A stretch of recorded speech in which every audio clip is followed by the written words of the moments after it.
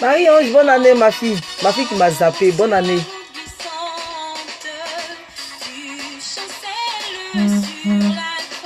Masta, tu es bénie, Masta. Dieu te garde. Eh, ma first lady, Dieu te bénisse. Madame d'affaires.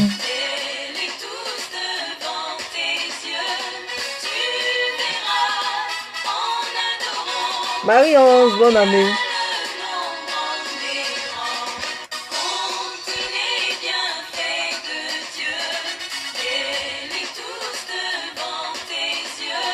Un peu de cantique à la gloire de l'Éternel. Oui, bonne année, ma fille. Bonne année, ma fille Marie-Ange. Un peu de louange.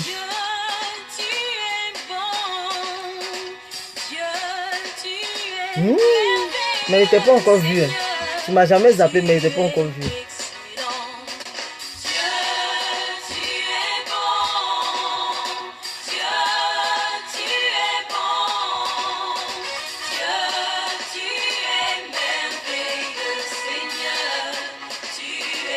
Oh, merci ma first lady. Merci pour les cœurs. Merci pour les cœurs. Ça fait plaisir.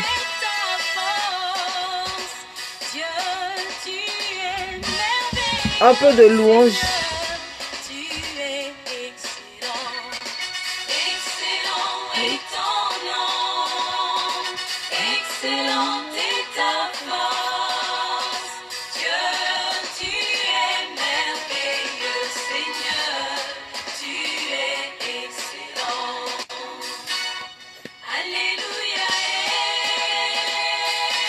Man of God, stay blessed.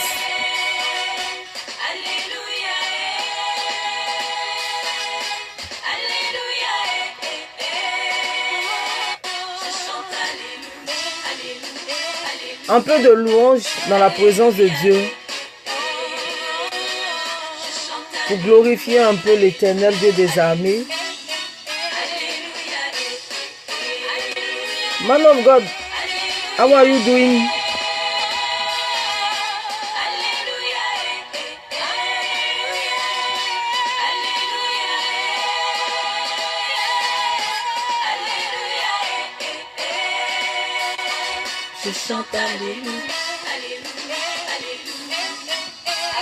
Servant de Dieu, Elvie, Dieu te bénisse. Bonne année à toi. Et puis demeure béni.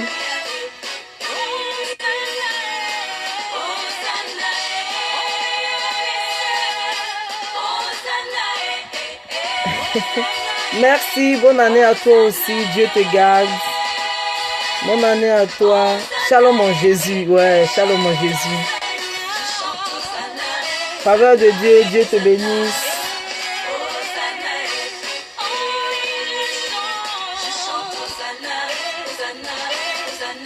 Un peu de louange, le temps que les autres aussi se connectent.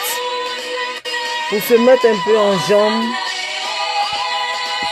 Isaac, bonne année Isaac.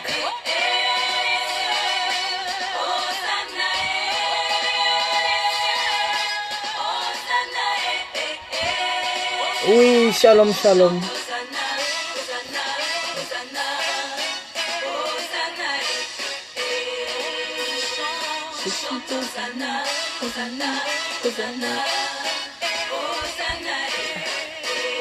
Oui, bonne année à toi.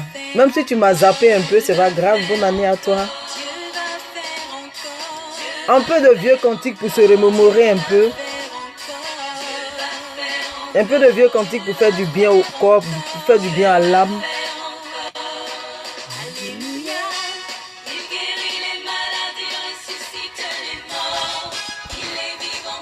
Le Seigneur guérit les malades. Il ne change pas. Il va faire encore. Il continue de faire. Il a fait hier. Il fait aujourd'hui. Et il continuera encore de faire. Soyons juste patients. Quand tu es patient, tu obtiens obligatoirement ton miracle. Mais quand tu n'es pas patient, tu passes à côté. Oui. Parce que le Père s'est fixé un temps pour bénir chacun d'entre nous. Le Père s'est fixé un temps. Sa parole est plus efficace qu'une épée à deux tranchants. Le cantique me donne des airs puissants. Amen. Amen. Ce sont de vieux cantiques qui font du bien. Effectivement. C'est le jour où Dieu te visite que ces paroles ont une puissance dans ta vie. Quand Dieu t'a pas encore visité, tu ne vois pas trop. C'est-à-dire que tu n'apprécies pas. Tu n'apprécies pas vraiment. Mais quand Dieu te visite, ces paroles ont de la poigne dans ta vie.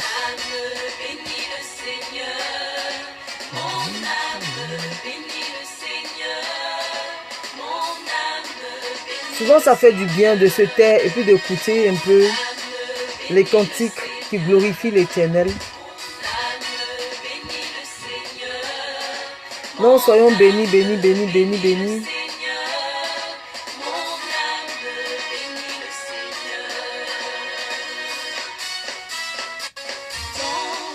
Grand amour s'est manifesté. J'espère que les cantiques là vous font du bien. Parce que moi, les cantiques là me font du bien. Parce que ça me rappelle beaucoup de choses. De bien comme de mauvais, ça me rappelle beaucoup de choses qui me font du bien, qui me fortifient. Parce que je vois que j'ai fait quand même de la route. Parce que je vois que je viens de loin. Parce que ces cantiques-là sont sortis à des périodes, certainement tu traversais une situation.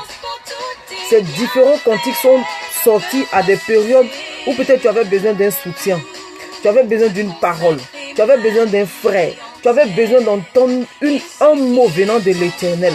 Donc quand tu écoutes, ça te rappelle que tu viens de loin. Quand tu écoutes ces paroles, ces cantiques-là, ça te rappelle que Dieu a vraiment travaillé dans ta vie. Ça te rappelle, en fait, ça te fait comprendre que durant ton parcours, tu n'as jamais été seul.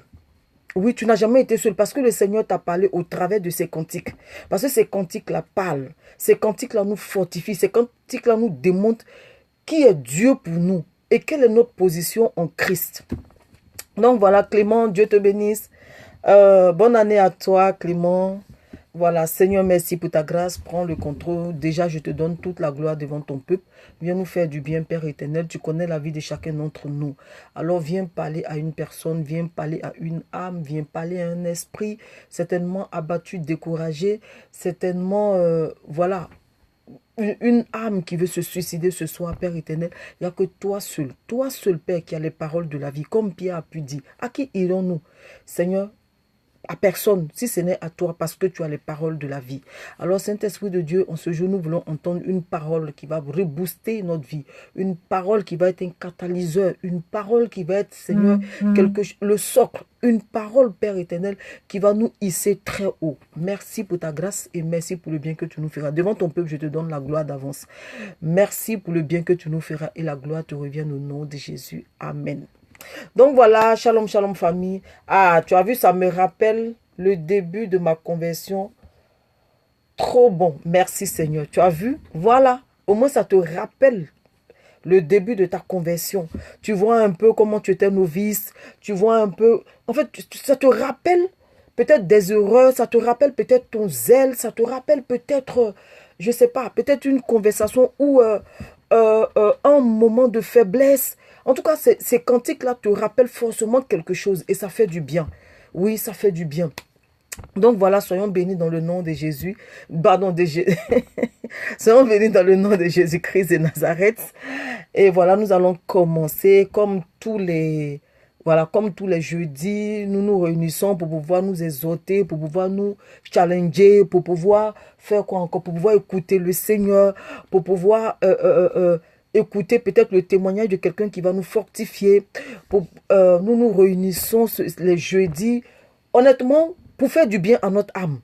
Voilà, ce n'est pas une personne qui fait du bien à l'âme de quelqu'un, mais c'est l'Éternel Dieu des armées. C'est ton Créateur, celui-là qui t'a conçu, celui-là qui t'a créé. C'est lui qui fait du bien à ton âme. C'est celui-là qui sait quelle parole qui va avec toi.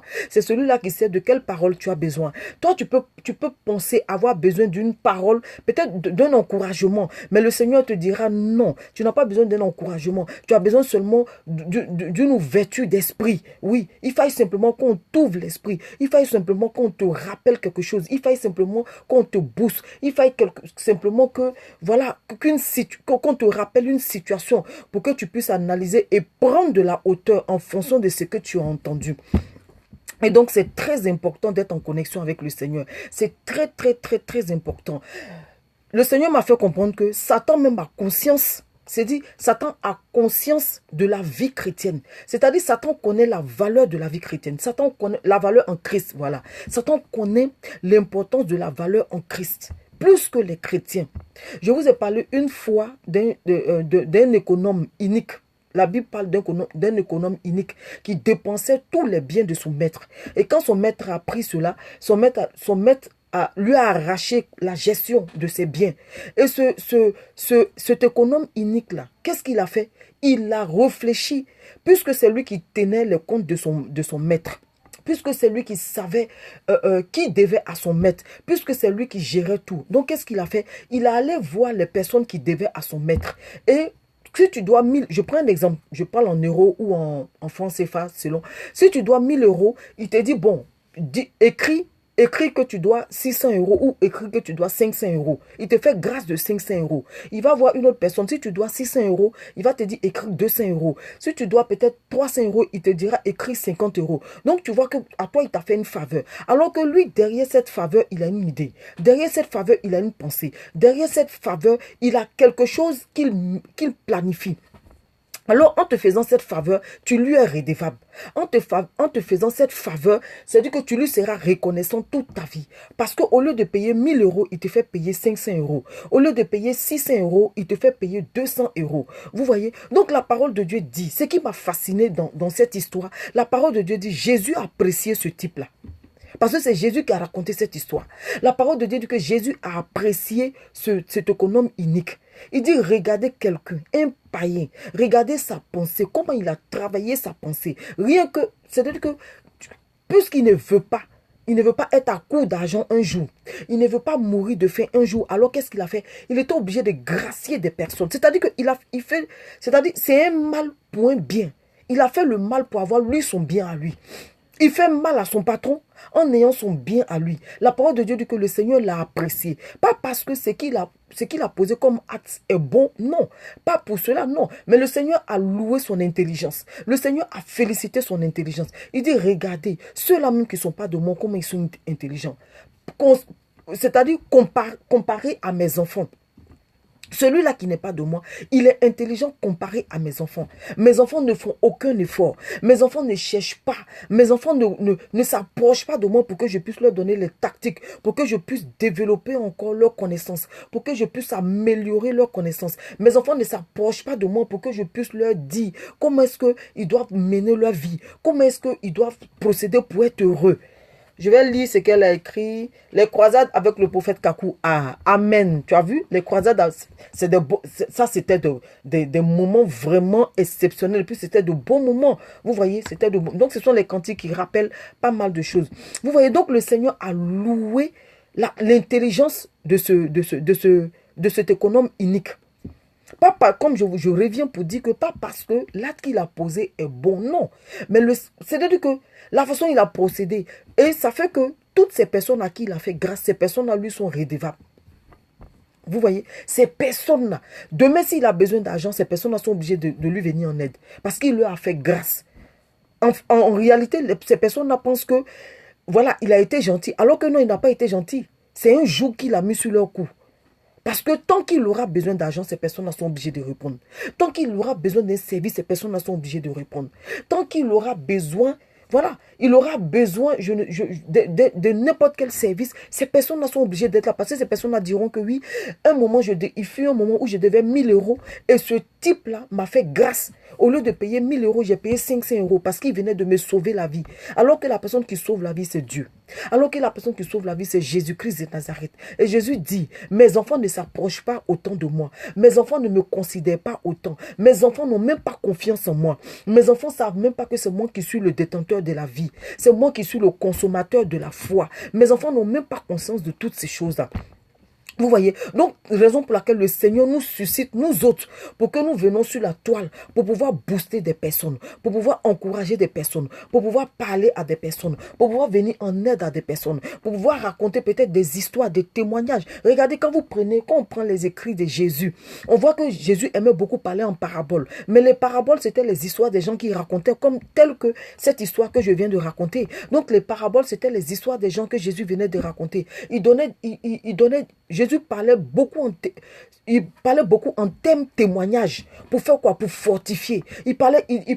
Jésus peut regarder selon la situation qui se présente, selon l'atmosphère qui se présente. Qu'est-ce que Jésus va faire? Jésus va regarder une histoire qui correspond à l'atmosphère il va utiliser une histoire qui correspond à l'atmosphère présente. Il va dire, il y a un homme qui est sorti pour aller à sa plantation. Sur la route, il avait des graines qui devait s'aimer. Alors quand il a lancé les graines, d'autres sont tombés sur les pierres, d'autres sont tombés sur la terre ferme, d'autres sont tombés sur dans le sable, d'autres sont tombés sur des épines. Vous voyez, pour imager différentes catégories de personnes, pour imager différentes personnes, voilà, pour imager différentes personnes, c'est-à-dire pour parler à plusieurs catégories de personnes en même temps. C'est-à-dire dans cette même histoire, dans une seule histoire, le Seigneur Jésus peut te ressortir 5 histoires qui vont concerner 5 vies.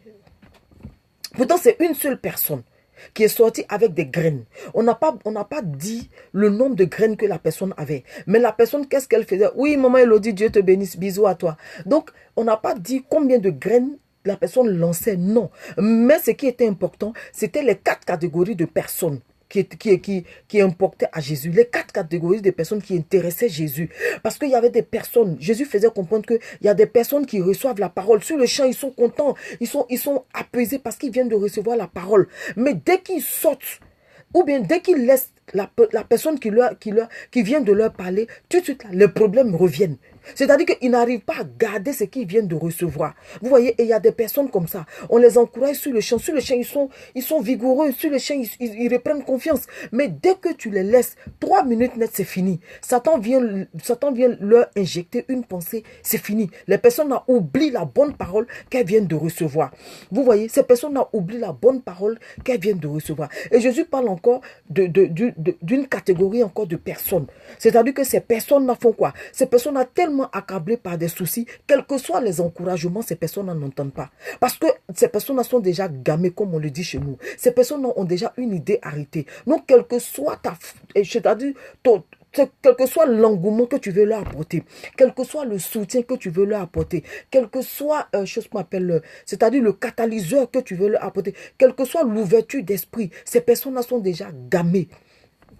Quel que soit ce que tu feras, ces personnes ont déjà une idée arrêtée. Quand ces personnes disent que moi, elles vont pas réussir, quel que soit ce que tu veux leur dire, ces personnes ont déjà mis dans leur tête qu'elles ne vont pas réussir. Donc, du coup, elles sont bloquées. Tu montes, tu descends, tu parles, tu as l'impression de parler à un mur. Tu as envie même de casser leur tête et puis leur injecter la pensée que tu veux que ces personnes-là retiennent.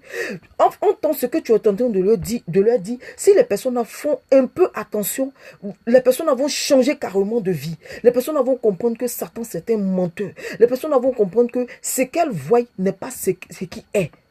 Parce que oui, tu peux voir quelque chose, mais ce n'est pas ce qui est. Vous voyez, tu peux voir une porte fermée. Mais tant que tu n'as pas touché cette porte, tu ne sauras pas si elle est fermée ou elle n'est pas fermée. Ce n'est pas parce que la porte est fermée que ça veut dire que c'est bouclé. Ça veut dire qu'on a fermé à clé. Non.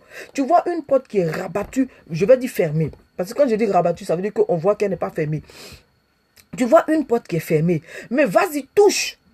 C'est en cela que Jésus joue. C'est là que Jésus vient parler. Jésus te dit, c'est pas parce que tu as vu une porte que tu penses qu'elle est fermée à clé. Non, va, touche la porte. Si tu touches la porte, que tu essaies de l'ouvrir, que tu vois qu'elle ne s'ouvre pas, en ce moment, tu pourras dire que j'ai essayé.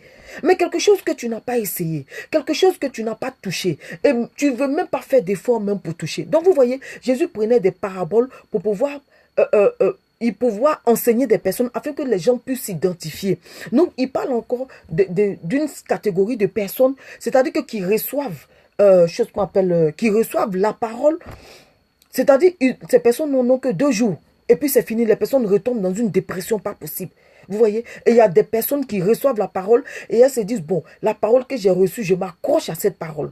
Je fais travailler ma foi et je remonte grâce à cette parole. Vous voyez? Il y a des personnes, il y a des personnes qu'on peut croiser. Tu peux voir des personnes. À la base, quand tu as connu ces personnes étaient pauvres. 2 ans après, tu retrouves ces personnes sont montées à un niveau, mais pas possible. Pourquoi? Parce que ces personnes ont compris l'importance, ces personnes ont su saisir le catalyseur qu'on leur a donné. Ces personnes ont su saisir le booster qu'on leur a donné. Ces personnes ont su saisir le monde dit la chance, mais nous, étant convertis, nous on dit la grâce. C'est-à-dire que ces personnes ont compris, ont pu saisir la grâce qui vient de leur chose m'appelle, qui vient de leur donner. Vous voyez? Donc Jésus utilisait beaucoup les paraboles. Et si on ne s'approche pas de Jésus, si on ne cherche pas à savoir qui est Jésus, on ne peut pas. C'est-à-dire qu'on ne peut pas vivre une vie constante. On va vivre une vie en dents de scie. Aujourd'hui, tu es content. Demain, tu es fâché. Après-demain, tu es ceci. Après-demain, tu es cela. Après, c'est toi encore, tu es content. Aujourd'hui, on te tourne. En fait, tu deviens lunatique. On ne sait plus à quel moment te parler. Voilà. Parce que toi-même, là, tu ne sais plus à quel saint te vouer. Pourquoi? Parce que tu es éloigné simplement de Jésus. Vous voyez? C'est pour ça que Jésus prend souvent les témoignages. Pas parce que les témoignages sont catholiques. Non. Pas parce que les témoignages sont sont bons. Mais Jésus est obligé de prendre des témoignages pour pouvoir parler. Merci pour les cœurs. Merci, Master. Merci. Le Seigneur est obligé d'utiliser ces témoignages pour pouvoir parler. Le Seigneur est obligé de prendre des paraboles pour nous emmener à nous identifier nous-mêmes, pour nous emmener à nous montrer notre position. Voilà, le Seigneur est obligé d'utiliser des paraboles pour te démontrer qui tu es, quelle est ta foi et quelle est ta détermination. Le Seigneur est obligé de prendre des histoires de d'autres personnes. C'est pour ça que c'est pour ça que l'Éternel a voulu qu'on écrive la Bible. Vous voyez? Donc la parole de Dieu dit que la Bible, la parole de Dieu a été, bon, je vais dire la Bible pour que ça soit facile pour tout le monde. La Bible a été écrite, inspirée écrite par des hommes, mais inspirée par le Saint-Esprit. Pourquoi? Parce que le Seigneur savait que nous, aujourd'hui, qui allons venir, on allait trop faibles. Le Seigneur savait qu'on allait trop faible. Alors, qu'est-ce que le Seigneur a fait? Il a mis par écrit le vécu de plusieurs personnes. Oui, le Seigneur, la Bible, c'est le vécu de plusieurs personnes. Vous voyez, le vécu de Jésus d'abord. Le vécu de Jésus d'abord, le vécu de Marie, le vécu de Joseph, le vécu des disciples, le vécu de David, le vécu de Salomon, le vécu de Osée. Regardez l'histoire de Osée par exemple. Osée, un homme qui est bien. Oui, homme de Dieu, prophète Arsène, Dieu te bénisse. Shalom à toi aussi, Dieu te bénisse. Bonne année à toi. Bonne année à toi. Regardez par exemple, Osée. Osée, un homme tranquille dans son coin. Nulle part c'est écrit que Osée a dit au Seigneur, peut-être que c'est écrit, je ne sais pas, peut-être que j'ai oublié, j'ai lu, je ne sais pas, mais je n'ai pas vu où Osée a dit, Seigneur, trouve-moi une femme. Mais la parole de Dieu dit que le Seigneur s'est adressé à Osée en lui disant, va prendre une prostituée. Et le Seigneur lui montre laquelle de prostituée. Et au début, forcément, il va un peu discuter, il va un peu, lutter dans son cœur. Mais la parole dit que il va aller prendre cette femme par obéissance à l'Éternel. Il va prendre cette femme prostituée. Il va la nettoyer. Il va la fortifier. Il va si vous voulez, il va la remodeler. Il va la réformer. Il va la refabriquer. Et il va avoir des enfants avec cette femme. Mais quand il va finir de faire tout cela, que la femme va avoir des enfants, après la femme va s'asseoir, elle va faire quoi? Elle va ressasser son passé au point de dire, je retourne vers mes amants. Vous voyez? Merci, prophète Hassan. Au point de dire, je retourne, Blandine Boline, bisous à toi. Au point de dire, je retourne vers mes amants. Et elle est retournée vers ses amants. Pourquoi? Quel était le but? Vous voyez, quel était le but? Pourtant, son mari lui a tout donné. Merci, Master. Son mari lui a tout donné. Non seulement elle est prostituée. Nous connaissons les hommes. Quand je dis les hommes, je parle des mal. Nous connaissons les hommes. Combien de fois ils sont jaloux. Nous connaissons les hommes. Combien de fois ils ne pardonnent pas quand on les trompe. Eux, quand ils trompent, on doit leur pardonner. Mais eux, quand on les trompe, ils ne pardonnent pas. Donc, de savoir que un homme, quand tu le trompes, il ne te pardonne pas. Et maintenant, cet homme-là va aller jusqu'à épouser une prostituée, sachant que tout le monde la connaît dans la ville, c'est pas possible. Oui, bonne année à toi. Donc, sachant que tout le monde connaît cette prostituée, c'est pas possible. Mais parce que l'ordre a été donné par l'Éternel, Osée a obéi. Et il est allé jusqu'à prendre cette prostituée, la nettoyer, la façonner, la modeler, la laver, la blanchir, tout. Comme dit les Ouglemands, il a fait sa tôlerie, sa peinture, tout. Au point où il a eu des enfants avec elle. Je suppose que maintenant on lui disait la bienheureuse. Je suppose que maintenant on lui disait femme bénie. Parce que on l'a enlevé de la boue pour lui donner une place. On l'a enlevé de la boue pour la faire asseoir à la table des rois. Mais il fut un moment où la parole de Dieu dit, elle dit, cette vie-là ne me convient pas. Donc elle est retournée. Elle dit, je retourne vers mes amants. Et elle est retournée vers ses amants. C'est-à-dire qu'elle est retournée encore dans la boue. Elle est redescendue dans la boue. Pour faire quoi? Pour aller revivre encore cette vie de médiocrité, cette vie de bassesse, cette vie de prostituée. Pour aller revivre encore cette vie-là. Mais le Seigneur va dire encore à Osée, va encore la rechercher. Mais de nos jours aujourd'hui, de vous à moi, de nos jours aujourd'hui, qui va accepter cela? De nos jours aujourd'hui, qui va accepter cela? Personne. La preuve en est, quand on nous fait quelque chose un peu, ça nous fait tellement mal qu'on n'a pas envie de pardonner. Donc le Seigneur a fait mettre par écrit la vie de d'autres personnes, les échecs de d'autres personnes, les réussites de d'autres personnes, le quoi encore? Le cheminement de d'autres personnes, afin que cela nous serve d'escalier, afin que cela nous serve de rehausseur, afin que cela nous serve de quoi? De booster. Parce qu'il nous connaît. Il savait que les chrétiens d'aujourd'hui, les chrétiens qui allaient venir après, n'allaient pas être fermes dans leurs décisions. Aujourd'hui, nous tous, nous passons par là. Vous voyez, nous tous, nous passons par là. Nous ne sommes pas fermes dans nos décisions. Nous ne sommes pas fermes dans nos prises de décision. Nous ne sommes pas fermes. Donc le Seigneur a fait mettre par écrit la vie de plusieurs personnes pour que ça nous serve. Pour que nous puissions nous dire, si aujourd'hui je traverse cela, je ne suis pas la seule parce qu'il y en a un qui a traversé avant moi, mais il a tenu jusqu'à la fin, Dieu l'a rehaussé. Il a tenu jusqu'à la fin, Dieu l'a récompensé. Il a tenu jusqu'à la fin, Dieu l'a béni. Vous voyez, Dieu l'a béni parce que Dieu nous connaît. Il me connaît, il te connaît. Vous voyez, il me connaît, il te connaît. Donc, il a fait mettre par écrit pour que ces exemples-là nous servent. Mais malgré cela, on ne s'approche pas encore de lui. Vous voyez, on ne s'approche pas encore de lui. Je donne un exemple. Il y a, il y a une personne qui m'a appelé parce qu'il y a une personne qui avait des problèmes, qui l'a approché elle.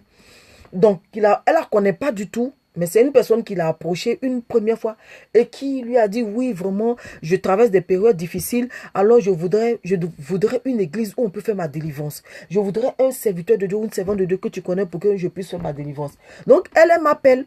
Elle dit, attends, je connais ton médecin. Selon ce qu'elle a dit. Master. Master. Donc, elle dit, je connais ton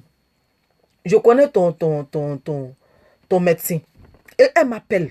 Elle me met en contact avec la fille. Donc la fille raconte. Elle parle. Je lui ai dit, ok, il n'y a pas de souci.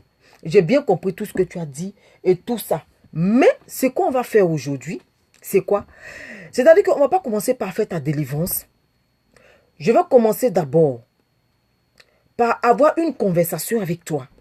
Et à la suite de la conversation, on va voir maintenant si tu as réellement besoin de délivrance. Donc, j'ai commencé à lui poser des questions et tout ça. Est-ce que tu connais le Seigneur? Elle dit, oui, je connais le Seigneur. J'ai dit, tu connais le Seigneur comment? Tu connais le Seigneur comme tout le monde le connaît ou tu as une relation avec lui? Elle dit, non, qu'elle n'a pas de relation avec lui. J'ai dit, voilà. J'ai posé des questions par rapport à ses parents et tout ça. Elle dit, moi, là où on dit il y a un Dieu, là où on dit il y a Dieu, je m'en vais. Donc, je vais un peu partout. Et je lui ai dit, voilà, déjà, c'est un mauvais départ. Vous voyez, j'ai parlé avec elle. Et quand... Ah, tu as compris maintenant, Master. Tu as compris pourquoi j'ai dit ça. Dieu te bénisse. Et donc, quand je me suis mise à m'entretenir avec elle, et je lui ai dit, bon, c'est qu'on va faire. Vu que là, tu es dehors, tu n'es pas posé, tu me parles en même temps, tu parles à des personnes. Pour quelqu'un qui a des problèmes, pour quelqu'un qui a besoin de délivrance, je pense que tu dois être vraiment disposé pour écouter ce que j'ai à dire. Ce que j'ai à te dire est tellement important que quand tu vas rentrer à la maison chez toi, le soir, quand tu seras plus tranquille, tu m'appelles. Comme ça, on va échanger et je verrai à quel niveau je peux t'aider.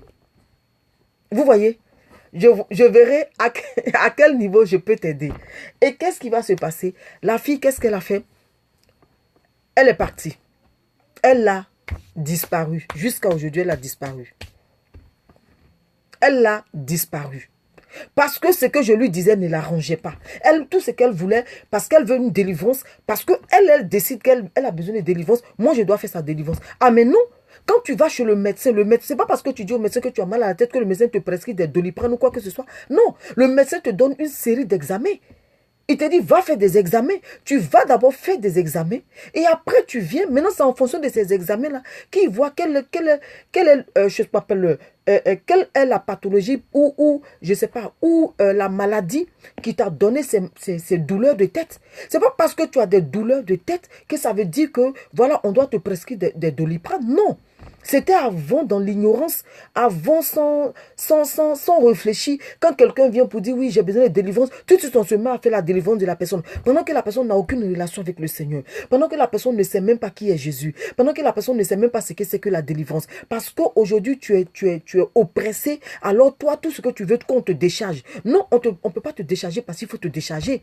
Mais on doit t'expliquer le pourquoi on doit te décharger. De telle sorte que quand le fardeau va se présenter, tu ne prends plus le fardeau. Tu n'acceptes plus le fardeau. Voilà, on a fait la délivrance de beaucoup de personnes sans leur expliquer ce que c'est que le fardeau, sans leur expliquer pourquoi est-ce que ces personnes, comment est-ce que ces personnes sont arrivées à prendre des fardeaux. Et aujourd'hui, les personnes ont rétrogradé. Aujourd'hui, ces personnes sont déçues. Donc, le Seigneur aujourd'hui a ouvert notre esprit. Vous voyez, le Seigneur aujourd'hui a ouvert notre esprit. Donc, on ne doit plus faire des délivrances parce qu'il faut faire des délivrances. Non, tu viens, je prends le temps d'abord de m'entretenir avec toi. Si ça ne te convient pas que tu veux fast food, va chez un autre pasteur qui fait fast food. Voilà, parce qu'il y a beaucoup d'erreurs que nous avons commises comme ça. Il y a beaucoup d'erreurs comme ça. Et ça fait qu'il y a d'autres personnes à qui tu dis, quand tu veux dire une autre, c'est-à-dire que c'est qu'eux, ils savent déjà, quand tu veux leur dire non, là, tu sais, c'est vrai qu'avant, on faisait comme ça, mais en réalité, c'est pas comme ça. La personne te prend pour un faux pasteur. La personne te dit, non, toi, tu es trop compliqué parce que moi, l'autre personne m'a pas fait comme ça. Oui, parce que la personne t'a pas fait comme ça parce que la personne, si tu veux, la personne n'a pas conscience de la gravité de son erreur. Combien de personnes on a délivrées qui sont délivrées? Non, c'est quand on fait la délivrance que les esprits reviennent doubler, les esprits reviennent multiplier. Pourquoi? Parce que la personne même, que nous sommes en train de délivrer, la personne n'a aucune relation avec le Seigneur. Donc, quand tu finis de chasser ces démons-là, la personne conserve comment la porte fermée. Voilà. Comment est-ce que la personne va garder la porte fermée? Comment est-ce que la personne va conserver cette porte-là fermée? En fait, c'est ça qu'on doit t'expliquer avant de chasser. Parce que la parole de Dieu dit dans le livre de Matthieu chapitre 12 à partir du verset 43, la parole dit que l'esprit impur est sorti d'un homme. Il va par des lieux arides cherchant quoi? Du repos. Parce que dans le corps de l'homme, il avait du repos. Comme il ne trouve pas, il dit je reviendrai dans ma maison d'où je suis sorti. Mais quand il ne revient pas seul. Voici le danger. Quand il revient, il ne revient pas seul. Il vient avec des milliers, il vient avec quoi? 7 autres démons plus méchants que lui. Et quand les 8 entrent, ta condition devient pire. Donc si on ne t'a pas expliqué, si on ne t'a pas enseigné, comment est-ce que tu pourras fermer la porte à ce démon-là quand il va revenir? Parce que la parole de Dieu dit qu'il va pour chercher du repos. Parce que dans ton corps, il avait du repos. Vous voyez, dans ton corps, il avait du repos. Donc, on doit prendre le soin de t'entretenir. On doit prendre le soin de t'enseigner. On doit prendre le soin de t'ouvrir l'esprit. De t'emmener à prendre conscience. C'est-à-dire à considérer toi-même ta propre vie. Imaginez-vous, quelqu'un qui vit dans une relation où la personne n'est pas mariée. Et cette personne-là vient pour dire que j'ai besoin d'une délivrance. Mais quand tu fais la délivrance de la personne, tu tues la personne. Parce que quand tu finis de délivrer la personne retourne à son vomi. Donc au finish, tu n'as rien fait. Au finish, nous n'avons rien fait. Oui, nous n'avons rien fait. Parce que si je dois faire ta délivrance, tu n'es pas marié et tu vis avec quelqu'un. Toi-même, tu sais, selon la parole de Dieu, tu sais que ce n'est pas bien. Voilà, moi je ne suis pas là pour condamner, je suis là pour ouvrir l'esprit. Et puis c'est pas moi qui ai dit, donc personne ne peut me condamner par rapport à cela. Selon la parole de Dieu, tu ne dois pas rentrer dans la maison d'un homme sans un mariage. Donc si tu vis dans une impudicité chronique là-bas, et que tu as besoin, les démons maintenant, parce que quand c'est comme ça, les portes sont ouvertes aux démons. Les portes sont ouvertes aux démons, que tu le veuilles ou pas, que tu le veuilles ou pas. Les portes sont ouvertes. Et ça fait que ça devient un boulevard où les démons viennent danser dans ta vie. Les démons viennent chanter dans ta vie. L'esprit mystère même, on n'en parle pas. Oui, ta vie va à reculons. Ta vie va à reculons. C'est-à-dire aujourd'hui, tu vas un peu mieux. Demain encore, c'est pire. Après demain, c'est-à-dire que tu as l'impression que toi-même, tu as un éternel recommencement. Ta vie est un éternel recommencement. Pourquoi? Pourquoi? Parce que on ne t'a pas enseigné les bases. On ne t'a pas enseigné les bases de la parole. On ne t'a pas enseigné je vais dire les fondamentaux de la parole. On ne t'a pas enseigné cela. Alors que non, on doit te dire la vérité. Parce qu'après ça, les démons viennent t'oppresser. Après ça, les démons viennent agir dans ta vie. On te donne ton salaire. On te donne ton salaire. Il suffit seulement que tu enlèves 10 euros. Ton salaire est terminé. Tu ne sais pas ce que tu as fait avec ton salaire. Tu ne sais pas parce que tu le veuilles ou pas, Satan vient se servir. Satan vient se servir parce que toi-même, ta position n'est pas bonne vis-à-vis de ton Dieu. Et ton Dieu te protège comment? Vous voyez, ton Dieu te protège comment? Ton Dieu ne peut pas te protéger. Ton Dieu ne peut pas te protéger. C'est comme par exemple, je prends un exemple tout court. Quelqu'un qui, par exemple, fait du commerce. Quelqu'un qui fait du commerce et qui demande la protection de Dieu, mais dans son commerce n'a jamais payé sa dîme. Dieu te protège comment? Dieu protège tes finances là comment? Faut me dire. Dieu protège tes finances comment? Dieu ne peut pas protéger tes finances. Parce que tu ne payes pas ta dîme. Le système que Dieu a mis en place pour que tes finances soient protégées, tu ne le fais pas. Ce n'est pas seulement les commerçants, même ceux qui travaillent. Si tu travailles et que tu ne payes pas ta dîme, mais le dévoreur vient pour se servir, le dévoreur vient pour dévorer. Parce que la parole de Dieu dit, mettez-moi de la sorte à l'épreuve, vous verrez. Il dit, payez vos dîmes et vos offrandes. Et mettez-moi de la sorte à l'épreuve, vous verrez si je ne protégerai pas vos finances. Mais si tu ne payes... Là, c'est comme tu vas dans une entreprise. Tu vas dans une entreprise, il y a quoi? Il y a le règlement intérieur. Donc, tant que tu fonctionnes, tant que tu marches en fonction du règlement intérieur, le travail est responsable de ta vie, est responsable de toi. Mais quand tu ne marches pas selon le règlement intérieur, le travail n'est pas responsable de toi. Si tu as un accident quelque part, tu n'es pas couvert par ton travail. Donc, c'est pareil que la parole de Dieu. Attends,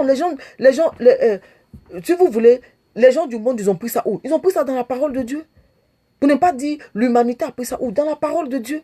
Il y a des lois qui sont bien régies. Tu respectes les lois, tu verras la fidélité de Dieu. Tu ne respectes pas, tu ne verras pas la fidélité de Dieu. Vous voyez, tu ne verras pas. Nous on s'attend, c'est-à-dire qu'on attend quand tout va mal, on attend maintenant un miracle de la part de Dieu. Dieu n'est pas notre petit camarade.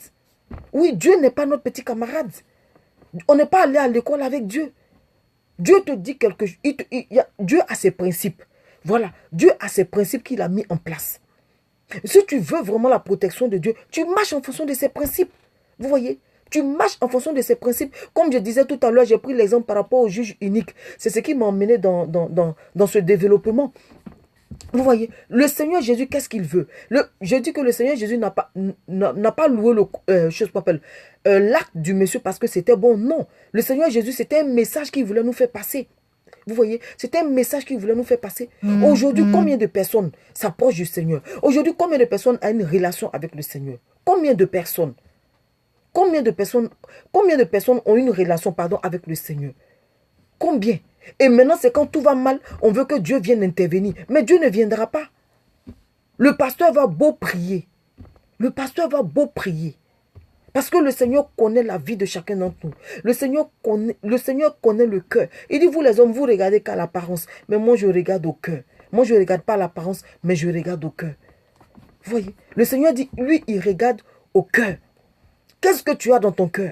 Si dans ton cœur, tu n'as pas de considération pour Dieu, ce n'est pas quand tu auras un problème que maintenant tu vas chercher la voix de Dieu. Ce n'est pas maintenant que tu chercheras un pasteur. Non. Et ce jour-là, Dieu permettra que le pasteur ne soit pas disponible. Oui, Dieu permettra que le pasteur ne soit pas disponible. Vous voyez? Donc, le Seigneur se saisit des personnes comme nous pour venir faire quoi? Pour venir éclairer d'autres personnes. Pour venir réveiller la conscience de d'autres personnes. Pour venir parler à d'autres personnes. Qu'on le veuille ou pas, je répète et je le répéterai tous les jours jusqu'à ce que le Saint-Esprit me dise, arrête, ne le dis plus. Que tu le veuilles ou pas, le monde ira de mal en pire. Rien ne va s'arranger. Rien ne va s'arranger. Le monde ira de mal en pire. Il y a des choses qu'on ne voyait pas avant qu'on voit aujourd'hui. Aujourd'hui, j'ai regardé, j'ai regardé le journal. Et pas le journal de la France, non. J'ai regardé le journal et c'était au Cameroun. Au Cameroun, un élève de 18 ans qui a poignardé son professeur. Il a poignardé son professeur et son professeur est décédé. Un jeune de 26 ans. Vous voyez, un jeune de 18 ans qui a poignardé son professeur, qui avait 26 ans. Et la journaliste qui est en train de commenter dit que le prof sorti de chez lui pour aller instruire des enfants pour leur avenir ne rentrera plus chez lui parce qu'il va croiser la mort sur son chemin. Imaginez-vous les parents de ce jeune homme de 26 ans qui allait à l'école. Ses parents ont payé ses études. Et ce jeune homme aujourd'hui a eu un boulot où il est professeur. Il vient pour enseigner et c'est son élève qui le poignarde. C'est-à-dire l'élève est parti à l'école avec un couteau. Des choses qu'on ne voyait pas avant, on les voit maintenant.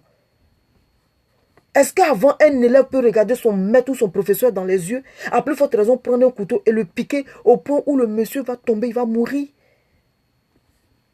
Vous voyez? Donc pour dire que le monde ne va pas s'améliorer. Mais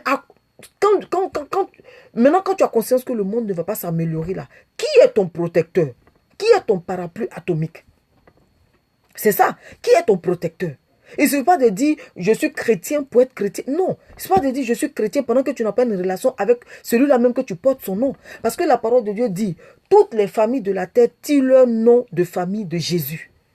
Nous tous, nous tirons notre nom de famille de Jésus. Voilà. Donc tu ne viendras pas dire que je suis chrétien et puis ça suffit, Dieu va te protéger. Non. Parce que si toi-même tu as un ami qui n'en a rien à foutre de toi, et c'est quand il a besoin de tes services qu'il te connaît, je pense que toi-même ça ne va pas te plaire. Voilà. Je pense que toi-même ça ne va pas te plaire. À plus forte raison, l'Éternel Dieu des armées. Vous voyez? C'est pour ça que le Seigneur suscite pas mal de personnes. J'ai une amie qui m'a posé la question. Elle m'a posé une question comme ça que oui, chose qu'on appelle, parce qu'elle veut... chose qu'on appelle exhorter des personnes. Et elle a dit, mais pourquoi est-ce que, voilà, les gens, la plupart des gens qui sont allés à l'église aujourd'hui sont découragés, restent à la maison, préfèrent ne plus partir à l'église, tout ça. Pourquoi est-ce que ces personnes-là, voilà, partent à l'église et ces personnes-là sont découragées, les personnes restent à la maison? J'ai dit, ta question a plusieurs réponses. Voilà. Ta question a plusieurs réponses. Parce que généralement, on aime rejeter la faute sur d'autres personnes. Généralement, on aime dire, nous, le pasteur n'a pas prêché comme je voulais. Le comportement du pasteur ne m'a pas plu. On aime toujours, ou bien c'est tel frère en Christ qui m'a découragé, c'est pour ça que je ne vais pas. Ou bien je suis parti, on ne m'a pas reçu. Je suis parti, on ne m'a pas bien accueilli. Je suis parti, j'ai vu qu'il y avait des clans. J'ai vu qu'il y avait des gens qui étaient en groupe. Pendant que moi, j'étais seul, on m'a pas reçu comme on devait me recevoir et tout ça. Et donc, je lui ai dit, ta question a une réponse à plusieurs volets. Donc, il y a beaucoup de, si tu veux, il y a beaucoup de réponses. Et ces personnes-là, concrètement, ces personnes-là qui disent être découragées, est-ce que tu leur as posé elle-même la question? Parce que quand tu as leur posé la question, c'est pour dire, oui, les pasteurs sont des voleurs, et un pasteur m'a escroqué. Quand tu lui demanderas, la personne te dira qu'aucun pasteur ne l'a escroqué. Mais c'est le témoignage de quelqu'un d'autre que la personne va prendre. C'est-à-dire la personne va se l'approprier pour être découragée. Vous voyez, pour être découragée. Donc je lui ai dit, beaucoup de personnes viennent à l'église sans savoir le pourquoi elles viennent à l'église. Beaucoup de personnes viennent à l'église ne cherchant pas à s'attacher à celui pour qui elles sont venues à l'église, mais cherchent à s'attacher soit à l'homme de Dieu, soit à un fidèle, soit à un ami. Alors, et à la suite, ce que ces personnes oublient, c'est que l'homme de Dieu est un homme. Il a ses défauts, il a ses qualités. C'est que la soeur ou le frère à qui tu t'attaches est un homme. Il a ses défauts, il a ses qualités. Donc le jour où tu tombes sur son défaut, que tu veux considérer cela, tu ne mettras jamais les pieds dans une église. Oui, tu ne mettras jamais les pieds dans une église. Alors que tu ne vas pas pour l'homme de Dieu.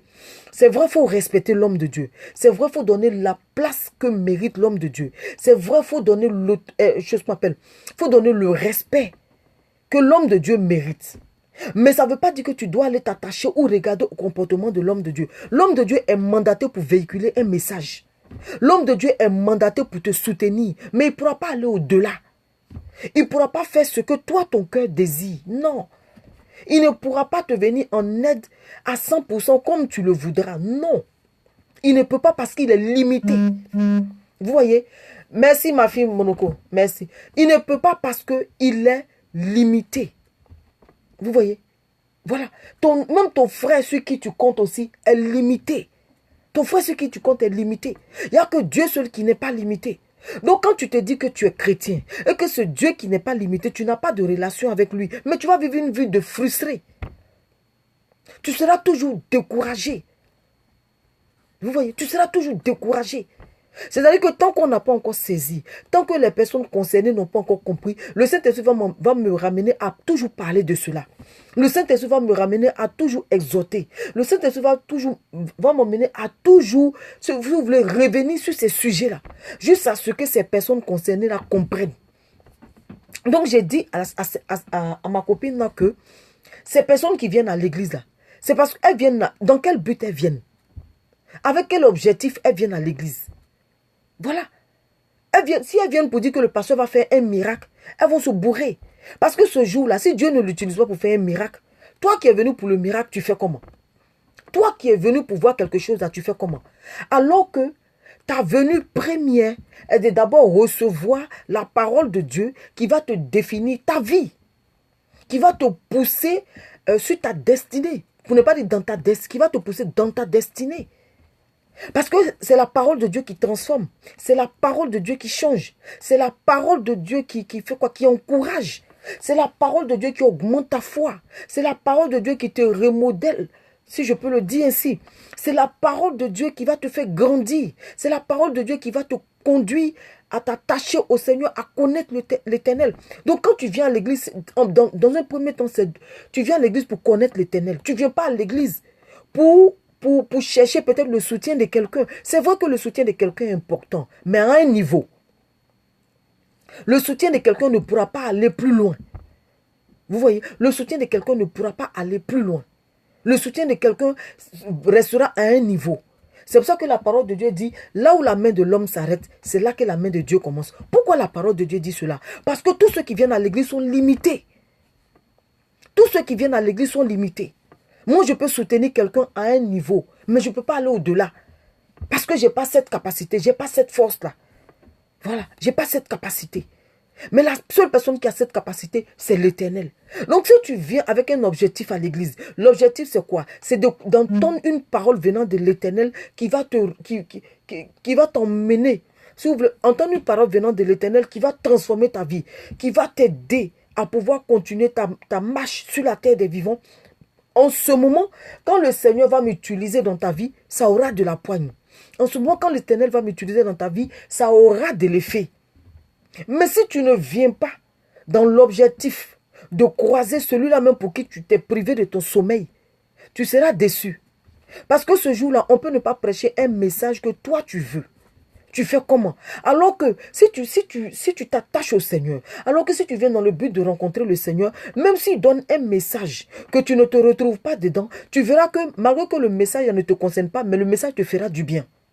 Parce que ce n'est pas tous les messages qui nous concernent. Mais ce n'est pas parce que ça ne nous concerne pas que ça ne nous fait pas du bien, non. Il y a des messages qui ne te concernent pas directement, mais qui te font du bien. Parce que tu as entendu, ça repose ton âme, ça repose ton esprit. C'est-à-dire que ça te met en garde déjà par rapport peut-être à une fausseté qui arrive, par rapport à un problème qui arrive, par rapport à un accident qui arrive. Ça te prévient déjà. Je prends un exemple. On parle peut-être de quelqu'un qui est malade, de la maladie. Peut-être ce jour-là, le Seigneur parle d'une maladie peut-être qui est en train de ronger un cancer, par exemple. Peut-être ce jour-là, le Seigneur parle d'un cancer. Toi, tu sais que tu n'as pas le cancer. Et le Seigneur va donner les tactiques. Le Seigneur va donner comment est-ce que le cancer est rentré dans la vie de cette personne. Le Seigneur va dire comment est-ce que le cancer agit dans la vie de cette personne. Toi qui n'as pas le cancer, le fait d'entendre comment est-ce que le cancer travaille dans la vie de la personne, toi déjà, ça te met en garde et ça te met en confiance. Je veux dire, ça te rassure. Ça te rassure parce que quand une petite, c'est-à-dire quand quelque chose va vouloir commencer dans le genre, tu sais déjà comment contrecarrer parce que tu as déjà une idée. Parce que le Seigneur t'a déjà prévenu par rapport au vécu de quelqu'un ou par rapport à la maladie de quelqu'un. À la maladie qui ruine la vie de quelqu'un. Vous voyez? Donc quand tu viens dans l'objectif de croiser le Seigneur, même si ce qu'on dira ce jour-là ne te concerne pas, mais au moins ça va apaiser ton cœur, ça va apaiser ton esprit, ça va apaiser ta vie. C'est ce qui fait que d'autres personnes disent, ah aujourd'hui je suis venu là même, je sais même pas même, vraiment la parole ne m'a rien dit, ça ne m'a pas touché. Oui, parce que tu n'es pas venu dans l'espoir de croiser l'Éternel. Si tu étais venu dans l'espoir de croiser l'Éternel, tu sauras que l'Éternel a parlé de cette chose-là pour te prévenir, a parlé de cette chose-là pour te rassurer que même si cette chose voulait venir dans ta vie, moi l'Éternel, je vais être un bouclier pour toi. Moi l'Éternel, je vais être un barrage pour toi. Moi l'Éternel, je vais être le feu ou la muraille autour de toi pour empêcher cette situation-là de t'atteindre. Vous voyez, pour empêcher cette situation-là de t'atteindre. Mais si on vient avec d'autres objectifs, on va repartir frustré. On va repartir découragé. On va repartir comme on est venu. Vous voyez? On va repartir comme on est venu. Alors que ce n'est pas le souhait de Dieu. Ce n'est pas le but de Dieu. Le but de Dieu, c'est de nous bénir. Parce que la parole de Dieu dit, 1 heure dans ses pavés vaut mieux que 1000 ailleurs. C'est-à-dire, la présence de Dieu fait du bien. La présence simplement de Dieu fait du bien. La présence de Dieu, c'est-à-dire apaise. La présence de Dieu fait quoi? Chasse les démons. Il y a des gens qui viennent avec des migraines, mais dès qu'ils foulent le seuil, chose qu'on appelle du temple, dès qu'ils foulent le seuil de la maison de Dieu net, la migraine est partie. Les maladies sont parties. Peut-être c'était la fatigue. La fatigue part. Parce que dans la présence de Dieu, il n'y a pas de maladie. Dans la présence de Dieu, il n'y a pas de douleur. Dans la présence de Dieu, il n'y a pas de déception. Quand on va à l'église, regardez quand on va à l'église, tout le monde est joyeux. Tout le monde est joyeux. Mais c'est quand on sort de la présence de Dieu que Satan dit, maintenant, tu es sorti de la présence de Dieu, je vais te bombarder avec le stress. Je vais te bombarder avec quoi encore? Avec la crainte, le doute, la peur. Parce que Satan, qu'est-ce qu'il fait? Il vient pour injecter la peur et le doute. Une fois qu'il a réussi à t'injecter la peur et le doute, c'est fini. Tu es paralysé, tu ne peux plus rien faire. Tu ne peux plus rien faire. Raison pour laquelle c'est important d'avoir une communion. C'est important d'avoir une relation avec le Seigneur. Je ne me lasserai point de le dire. Je ne me lasserai point de me répéter sur ce domaine-là. Parce que la plupart des personnes que j'entretiens, la plupart des personnes avec qui je parle n'ont aucune relation avec le Seigneur. Ces personnes n'ont aucune relation. C'est comme celle qui m'a appelé, qui dit oui, on veut me tuer, on veut me faire ceci, on veut me faire cela. Maintenant que je veux l'aider, ça ne l'arrange pas. Elle veut simplement que je me taise et que je fasse sa délivrance. Je ne suis pas à ton service, ma grande. Non, je ne suis pas à ton service. Je suis au service de l'Éternel. Et je suis les ordres de l'Éternel. Le Seigneur sait ce de quoi tu as besoin. Toi, tu as l'impression qu'on va te tuer. Alors que c'est toute autre chose. Donc, faut que déjà on ouvre tes yeux par rapport à cette chose-là. On ne va pas faire ta délivrance parce que toi, tu considères que tu as besoin de délivrance. Mais qui t'a dit que tu as besoin de délivrance? Qui t'a dit que tu as besoin de délivrance? Certainement, tu as besoin de rencontrer Jésus. Tu n'as pas besoin de délivrance. Parce que si Jésus n'est pas dans ta vie, sache qu'il y a un démon qui va s'asseoir dans ta vie. Ça, c'est clair et net, que tu le veuilles ou pas. Si Jésus n'est pas dans ta vie, un démon va s'asseoir. Amen. Je reçois, homme de Dieu. Amen. Donc, il est important pour nous que Jésus soit dans notre vie. Il est important pour nous que Jésus-Christ de Nazareth soit dans notre vie. S'il n'est pas dans ta vie, la porte est ouverte. Parce que la parole de Dieu dit que l'esprit impur est sorti d'un homme. Il est parti où? Dans les lieux arides. Cherchant quoi? Du repos. Parce que dans ton corps, il avait du repos.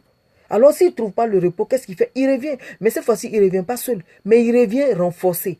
Il revient avec une multitude de démons. Et quand il vient, ta condition est pire que celle d'avant. C'est en cela que beaucoup disent, il y a une phrase que nous tous on aime dire, ou je veux dire, il y a quelque chose que nous tous on aime dire. Avant, j'ai laissé beaucoup de choses et je suis venu au Seigneur. J'ai abandonné la gloire et je suis venu au Seigneur. J'ai abandonné ma vie passée puis je suis venu au Seigneur. Ma vie d'avant était mieux. Tu as abandonné quoi? Tu as laissé le péché, tu n'as rien laissé. Tu n'as fait que laisser le péché, tu n'as rien fait. Tu n'as rien fait de bon. C'est le péché seulement que tu as laissé. J'avais la gloire dans le monde. J'avais ma vie avant. J'avais ceci avant. Mais si ta vie a été bonne là, tu ne serais pas venu à Jésus. C'est parce qu'elle n'est pas bonne que tu es venu. Donc quand tu t'assois pour dire que oui, j'ai laissé pas mal de choses, je suis venu à Christ. Tu as laissé quoi? Tu as laissé quoi? Tu n'as rien laissé. Un jour le Seigneur m'a repris dessus. Tu n'as rien laissé, tu as laissé le péché. Maintenant si cette vie-là te plaît autant, retourne. Si tu considères que cette vie-là est meilleure, retourne. Retourne, les démons t'attendent. Retourne, Satan t'attend. Maman Amy, Dieu te bénisse. Maman Amy, bisous à toi. Retourne, tu verras. Les démons vont faire ta fête. Parce que quand tu retournes là, Satan t'appelle traite. Il te donne même plus une seconde, il te tue sur le champ. Satan rigole pas avec. Ce n'est pas Dieu qui est patient. Dieu est très patient. Dieu donne le temps à chacun de se repentir. Raison pour laquelle tu verras quelqu'un qui tue et la personne est encore en vie. Le Seigneur sauve la personne des situations. Pourquoi? Parce que le Seigneur attend à ce que cette personne-là parvienne à la repentance. Parce que c'est comme Jésus. Jésus, quand tu lis les écrits de Jésus, Jésus dit que je ne suis pas venu dans le monde pour juger, non. Mais je suis venu pour faire l'œuvre de mon Père. Il n'est pas venu pour juger, mais il est venu pour faire l'œuvre de son Père. Il était venu pour sauver le maximum de personnes. Mais pourtant, au temps de Jésus, c'est-à-dire qu'au temps de Jésus, qui ne l'a pas fatigué? Regardez, là, oh, merci Saint-Esprit. Quand Jésus était sur la terre des vivants, les démons n'ont jamais fatigué Jésus. Lisez votre Bible. Les démons n'ont jamais fatigué Jésus. Le contraire, les démons reconnaissaient l'autorité de Jésus. Les démons ont reconnu l'autorité de Jésus au point où ils ont plaidé pour que Jésus leur accorde encore une faveur. Au point où ils ont dit, Seigneur, est-il l'heure pour toi de nous chasser? En réalité, Seigneur, il n'est pas encore l'heure. Donc, laisse-nous aller vivre encore dans les ports. Les démons n'ont pas fatigué Jésus. Jésus n'a jamais eu affaire à un démon. Le contraire, quand le démon voit Jésus, il implore la grâce. Il implore la compassion. Il implore la miséricorde de Jésus. Mais ceux qui ont fatigué Jésus, ce sont les êtres humains. Les démons n'ont pas fatigué Jésus. C'était les êtres humains qui ont fatigué Jésus. C'était les pharisiens qui ont fatigué Jésus. Ceux-là qui se disent docteurs de la loi. Ceux-là qui se disent détenteurs de la vérité. Ceux-là qui se disent détenteurs de la parole de Dieu. Ce sont eux qui ont fatigué. Pendant que les démons reconnaissaient l'autorité de Jésus, les hommes eux-mêmes ne reconnaissaient pas l'autorité de Jésus. Au point où ils se sont transformés en démons. C'est-à-dire qu'ils jouaient le rôle des démons à la place des démons.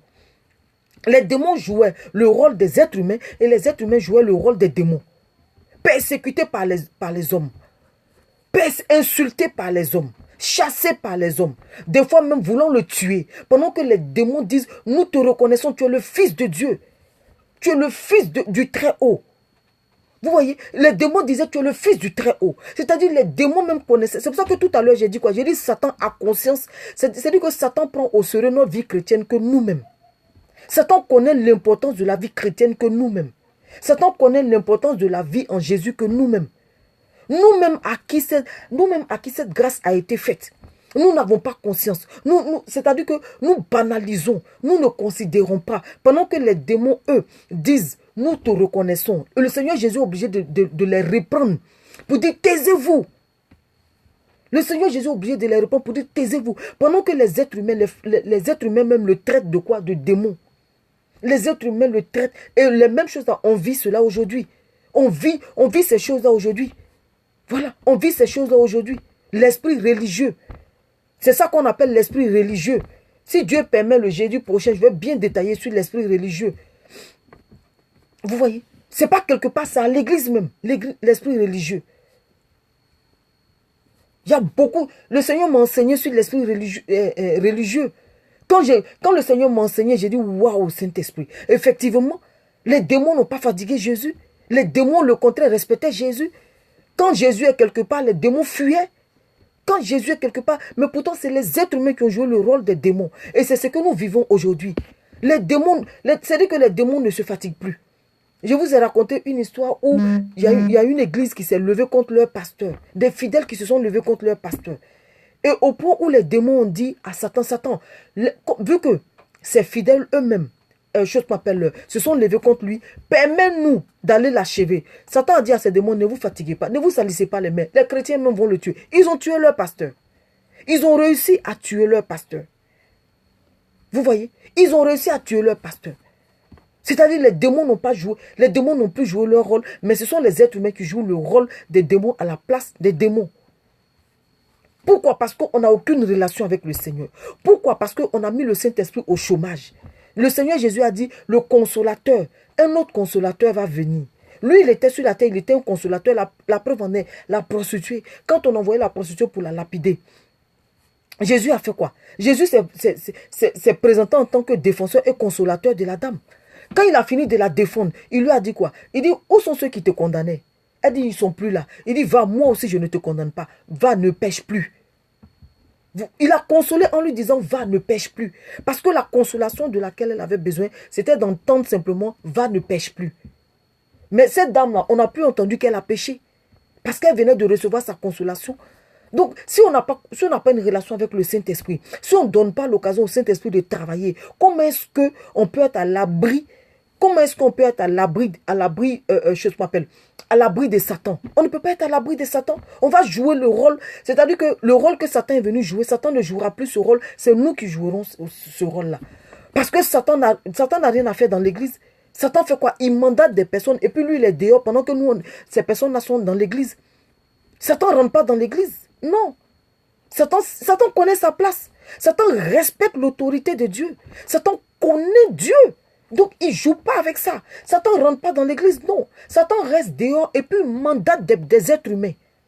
Quand tu prends le sorcier, c'est des êtres humains. Quand tu prends le mystique, c'est des êtres humains. Ce n'est pas quelqu'un, ce n'est pas des démons. Satan mandate des personnes pour aller jouer son rôle à sa place. Parce que c'est avant, Satan avait accès. Satan avait accès à la présence de Dieu. Pourquoi? Parce que le sang de Jésus n'était pas encore versé. Mais depuis le sang de Jésus est versé. Oui, ma fille Carla, Dieu te bénisse. Bisous, ma fille. Merci, ma fille. Donc, depuis le sang de Jésus est versé, Satan n'a plus accès. Satan n'a plus accès. Parce que le sang de Jésus parle pour nous. Le sang de Jésus continue de crier. Le sang de Jésus continue de nous défendre. Donc, Satan, qu'est-ce qu'il fait? Vu qu'il sait qu'il n'a plus accès, qu'est-ce qu'il fait? Il est stratégique. Donc, il mandate des personnes pour aller persécuter leurs propres frères. Voilà. Satan mandate des personnes pour aller persécuter leurs propres frères. Il ne se salit plus les mains. Non. La preuve en est. La preuve en est quand un enfant de 18 ans, toi tu vas à l'école et tu as un couteau. Qu'est-ce que ton professeur t'a dit au point de le poignarder? Qu'est-ce que ton professeur t'a fait? Cette histoire s'est passée au Cameroun. L'histoire encore, là, je ne sais pas si c'est hier ou c'est quand. Ma grande soeur, Dieu te bénisse, Chantal, Dieu te bénisse. Bonne année à toi. Bisous, ma grande soeur. Donc, c'est-à-dire que, qu'est-ce que le professeur a pu dire à cet enfant au point où cet enfant a médité? Parce que ce n'est pas le même jour-là. Je pense que ça doit être une histoire qui a commencé et l'enfant a gardé cela dans son cœur au point de venir le poignarder. Satan, voulant mettre fin à la vie de ce jeune homme, a fait quoi? A mandaté cet enfant de 18 ans. Si on fouille, puisque l'autre de 26 ans, c'est un professeur, avec le jeune homme de 26 ans. Si on fouille bien, tu verras que certainement, il n'a pas fait ses devoirs. Le professeur l'a repris. Certainement, il était perturbateur à l'école. En classe, le professeur l'a repris. Peut-être que le professeur a eu à le punir devant tout le monde. Alors, ça ne lui a pas plu. Qu'est-ce qu'il a fait? Il a médité maintenant, puisque son cœur était déjà disposé pour que Satan l'utilise. Parce que la colère est rentrée. Vous voyez? Satan a réussi à l'emmener à se mettre en colère. Il ne s'est pas dit non, je suis élève, c'est normal. Il ne s'est pas dit non, je suis élève, c'est tout à fait normal que mon professeur me reprenne ou que mon professeur me donne une correction. Donc dans sa tête, il a médité de tuer ce professeur. Et effectivement, il est venu avec un couteau à l'école. Et c'est à l'école que ça s'est passé. Il a poignardé son professeur. Vous voyez, il a poignardé son professeur. Est-ce que c'est Satan, on a vu venir jouer ce rôle-là? Non, Satan l'a mandaté pour mettre fin à la vie d'une personne. Non seulement l'enfant a gâché sa vie, il a gâché la vie de ses parents. Parce qu'il a 18 ans, il va aller en prison. Il n'est pas mineur, il a 18 ans. Il est majeur maintenant. Donc il va aller en prison. Il a gâché sa vie comme ça. C'est-à-dire, même si on ne le met pas en prison, le fait qu'il ait tué quelqu'un, sa vie pourra plus être normale. C'est pas possible. Il n'aura que des cauchemars sur des cauchemars. Et partout, on va l'indexer. C'est toi qui as tué telle personne. Tu as tué telle personne. Et sa famille aussi sera quoi? Sera une chose qu'on appelle toisée. Sa famille sera indexée. Sa famille sera indexée. Quelle est la honte qu'il a jetée sur sa famille? Quelle est la honte? Vous voyez, quelle est cette honte-là qu'il a jetée sur sa famille? Donc, famille, c'est important d'avoir une relation avec le Seigneur. C'est important de s'attacher au Seigneur. La parole de Dieu dit, le Saint-Esprit est venu pour nous. Le Saint-Esprit est venu pour nous aider. Le Saint-Esprit est venu pour nous conduire. Le Saint-Esprit est venu pour rétablir la relation entre Dieu le Père et nous. Le Saint-Esprit est venu pour nous rappeler que le sang de Jésus est d'actualité. Le Saint-Esprit est venu pour nous rappeler qu'on a un ennemi qui est là. L'ennemi là, c'est Satan. Le jeudi prochain, par la grâce de Dieu, je vais développer l'esprit religieux. On va comprendre. Ce à quoi tu n'as pas pensé, tu verras que c'est un esprit religieux. Oh, tu verras cela. Et ce qui est, je vais dire, si je peux dire fascinant, ce qui est fascinant, c'est que c'est les chrétiens eux-mêmes.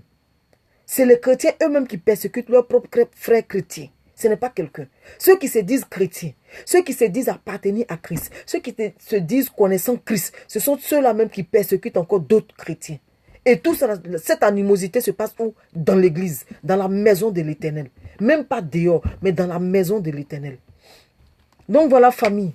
Dieu nous bénisse. Je pense que j'ai fait 1 heure maintenant. Je ne vais pas abuser de votre temps.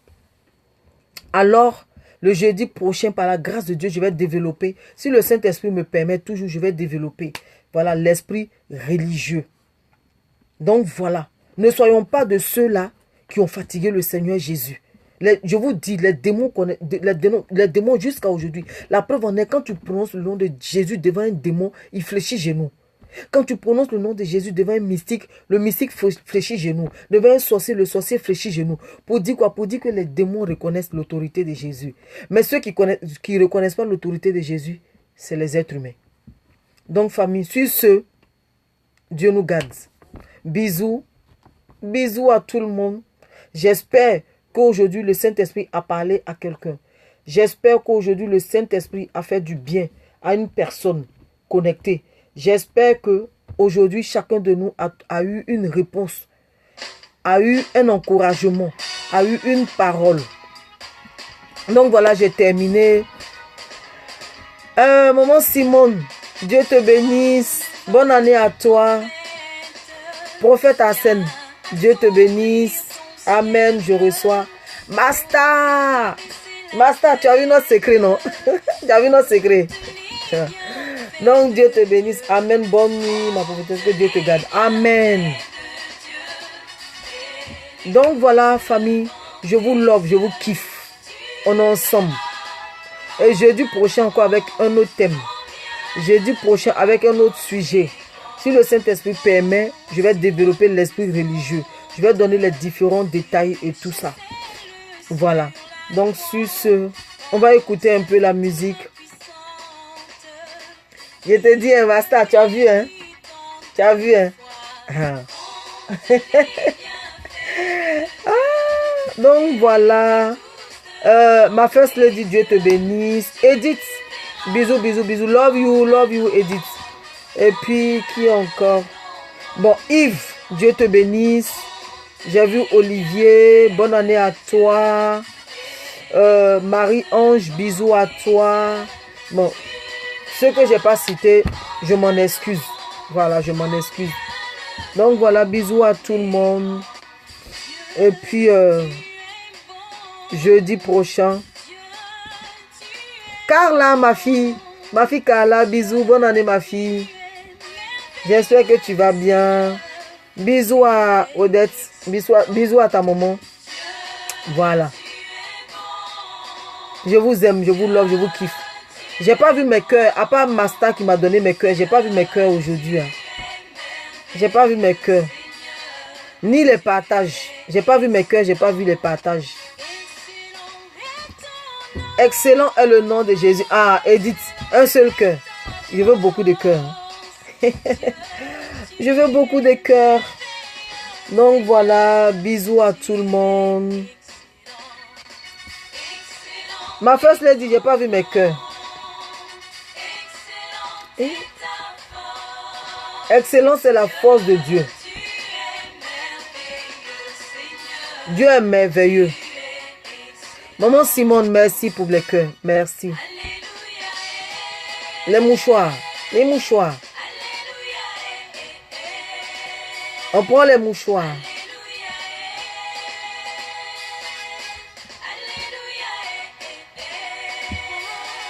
On chante Alléluia, Alléluia, Alléluia. Voilà, bisous à vous. Je vous aime. Merci pour les cœurs. À jeudi, je vais raccrocher pour ne pas abuser de votre temps. Merci Edith. Bisous, bisous, bisous. Dieu te garde. Ciao.